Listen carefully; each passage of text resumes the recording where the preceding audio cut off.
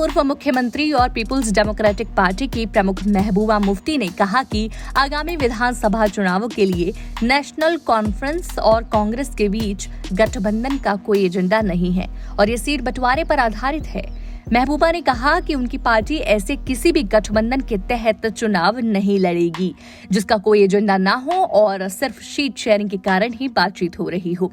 श्रीनगर में एक press conference में अपनी पार्टी का घोषणा पत्र जारी करते हुए महबूबा मुफ्ती ने कहा कि गठबंधन और सीट बंटवारा दूर की बातें हैं।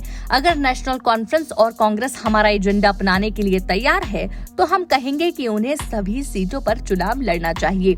हम उनका पालन करेंगे क्योंकि मेरे लिए कश्मीर की समस्या का समाधान किसी भी चीज से ज्यादा महत्वपूर्ण है। 2014 से 2018 तक बीजेपी के साथ अपनी पार्टी के गठबंधन के बारे में बोलते हुए मुफ्ती ने कहा कि जब हमने बीजेपी के साथ गठबंधन किया था तो हमारे पास एक एजेंडा था जिस पर वे सहमत थे।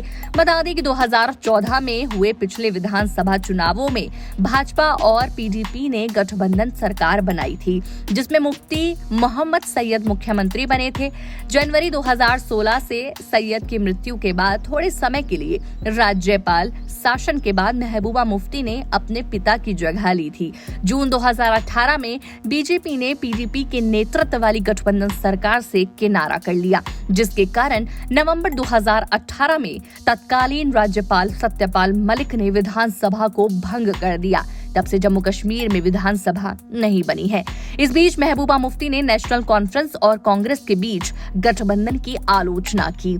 उन्होंने कहा कि एनसी और कांग्रेस के बीच गठबंधन एजेंडे के तहत नहीं हो रहा है, ये सिर्फ सीट बंटवारे पर हो रहा है। हम ऐसा कोई गठबंधन नहीं करेंगे जिसमें सिर्फ सीट शेयरिंग की बात हो। गठबंधन एजेंडे पर होना चाहिए और हमारा एजेंडा जम्मू कश्मीर की समस्या को हल करना है।